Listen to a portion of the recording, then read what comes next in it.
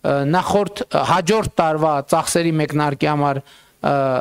նախատեսվում է ռեզերվ բյուջետային եւ նաեւ նախորդ տարվա եկամուտների չծախսված մասը փոխանցվում է պետական բյուջե, այսինքն ընթացիկ ծախսեր իրականացնելու համար։ Բայց եկեք պատկերացնենք, որ 2026 թվականը բյուջետային համակարգի մեկնարկի կետն է։ Մենք էլ քննարկում ենք 2026 թվականի պետական բյուջեն։ Ուրեմն կեսգիշերի դրությամբ եւ նույնիսկ մի ժամ անց պետական նույնիսկ 2 ժամ անց, նույնիսկ 3 ժամ անց, նույնիսկ 4 եւ 5, նույնիսկ առավոտվա դրությամբ պետական բյուջեի եկամուտները 0 են։ Հիմա ինչպես են ձևավորվում պետական բյուջեի գումարները։ Պետական բյուջեի գումարները ձևավորվում են հիմնականում արտաքին բաներն էլ համագործակցություններն էլ սպայն հաշվի չեմ առնում, ձևավորվում են հետեւյալ հարկերի միջոցով կամ վճարումների միջոցով, ավելացված արժեքի հարկ, ակցիզային հարկ, եկամտային հարկ, սոցիալական վճարներ, շահութահարկ, շրջանառության հարկ, պետական տուրքեր, ներառյալ մաքսատուրք։ Այսինքն Հայաստանի Հանրապետության պետական բյուջեն ձևավորվում է այս հարկերի միջոցով ձևավորված խողովակներով տեղի ունեցող վճարումներից։ Հիմա ինչպես ես ուզում եմ ցույց տալ մի փոքր գիծ, մեկ կամ երկու փոքր գիծ բյուջեի ձևավորում։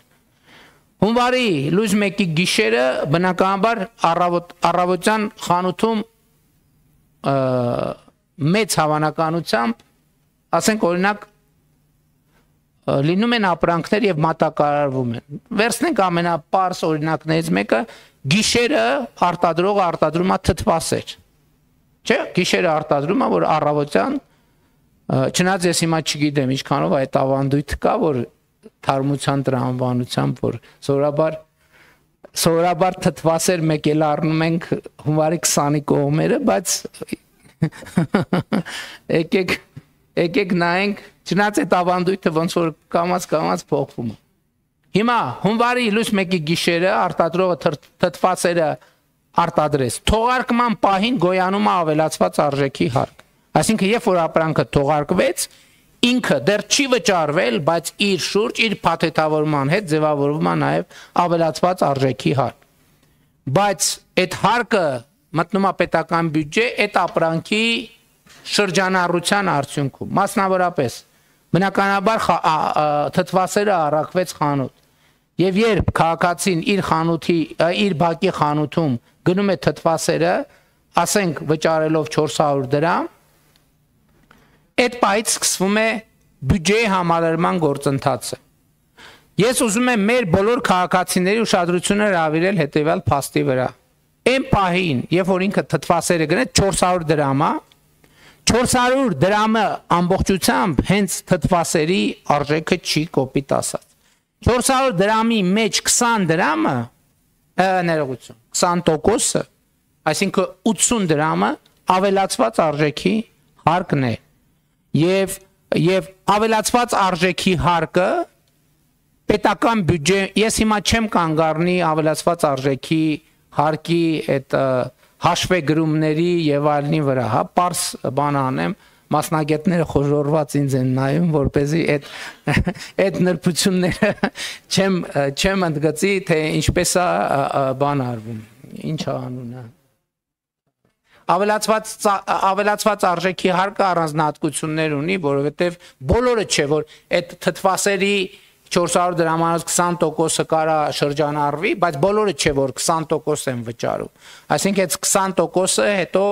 ով ինչքան վճարեց, բաշխվում է որևէ ինչ բարդ մեխանիզմներով։ Բայց շատ կարևոր է, որ քաղաքացիները արձանագրեն, որ այդ թթվասերը երբ որ իրան գնեցին, 20%-ը ավելացված արժեքի հարկն է։ Եվ որպեսզի, այսինքն քաղաքացին չի կարող որևէ ձևով գնի թթվասեր Հայաստանում, որ իր գնած գնի մեջ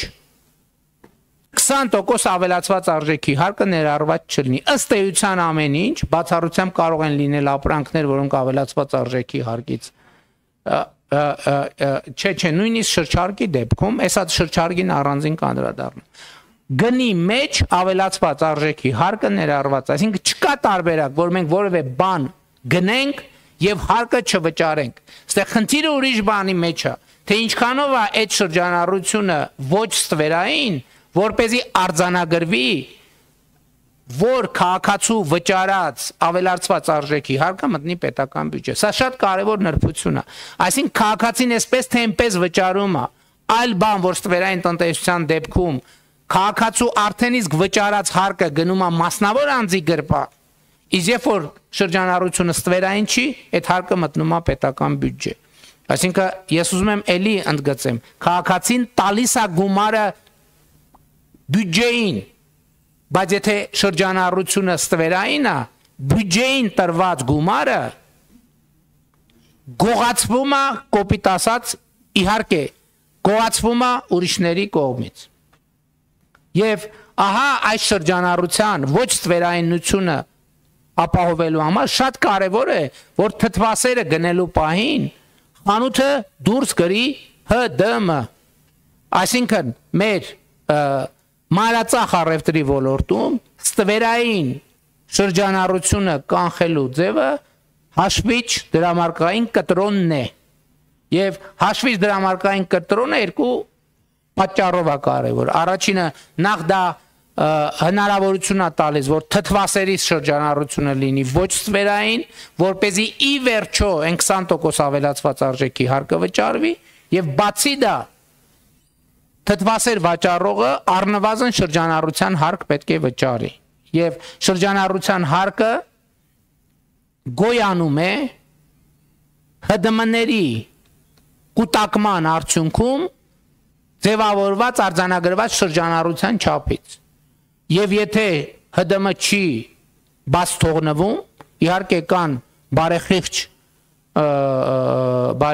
տնտեսվարողներ, ովքեր բաց են թողում միշտ ՀԴՄ, բայց ես կարևոր եմ համարում քաղաքացու տեսակետից, եւ ես շնորհակալ եմ բոլոր այդ բարեխիղճ տնտեսվարողներին, բայց կարևոր է հարցի մոտենալ քաղաքացու տեսակետից նաեւ։ Այսինքն ՀԴՄ-ների ցույց տրված բացահայտած շրջանառության արդյունքում է նախ որոշում, թե տնտեսվարողը շրջանառության հարկի դաշտում է գործում, թե ավելացված արժեքի հարկի դաշտում է գործում։ Սա կարևոր նրբություն է։ Այսինքն, բայց նույնիսկ ճիշտ շրջանառությունը ցույց տալու համար կարևոր է, որ հաշվից դրամարկային կտրոն դուրս գրվի։ Հաջորդը թթվասեր արտադրողը իր աշխատողներին պետք է վճարի աշխատավարձ։ Բնականաբար այդ աշխատավարձը այդ 400 դրամներից է գոյանում, բայց որի արդյունքում պետք է աշխատողների փոխարեն վճարի 20% եկամտային հարկ եւ սոցիալական վճար։ Եկամտային հարկը մեր պետական բյուջեի եկամտային կարևոր տողերից մեկն է, բայց նաեւ ուզում եմ մեր քաղաքացիներին հիշեցնել, որ մենք եկամտային հարկի վերադարձի համակարգ ունենք եւ 2018 թվականից մինչեւ այսօր 64000 ավելի քան 64000 բնակարաններ են վաճառվել, գործարք է ներողություն, 64000 շահառուներ առաջնային շուկայից բնակարան ձեռք բերելու համար ստացել են տասնյակ միլիարդ դրամների եկամտային հարկ են վերադարձվել նրանց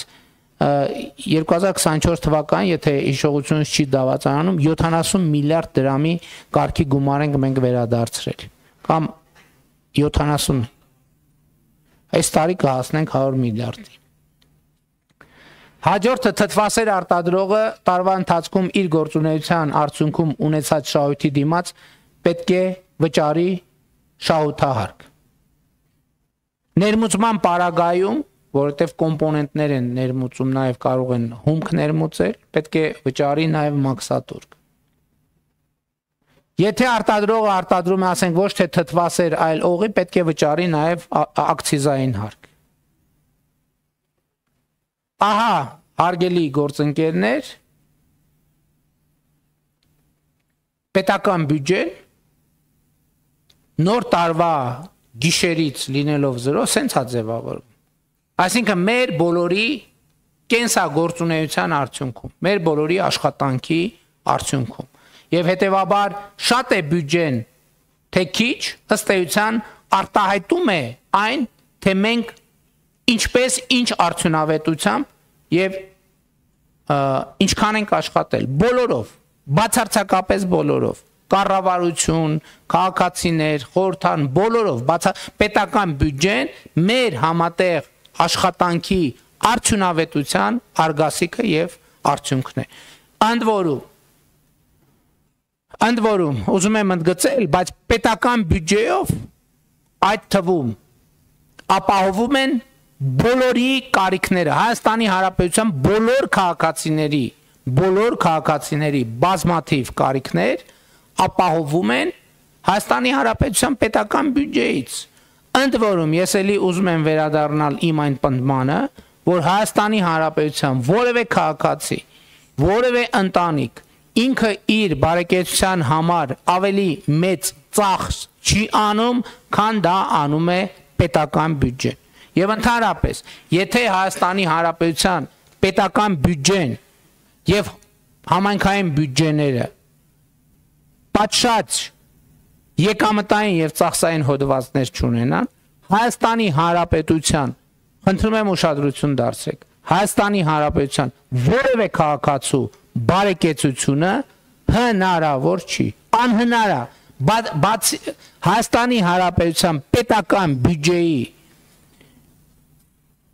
եւ համայնքային բյուջեի բացակայության կամ պատշաճ եկամտային եւ ծախսային հոդվածներ չունենալու դեպքում որևէ քաղաքացու բարեկեցությունը ուղղակի անհնար է։ Ես ուզում եմ դրա համար բերել իմ սիրած մի օրինակ։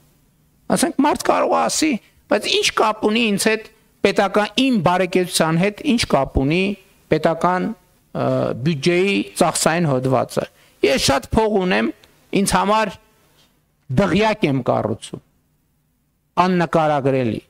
աննկարագրելի դղյակ եմ կառուցում։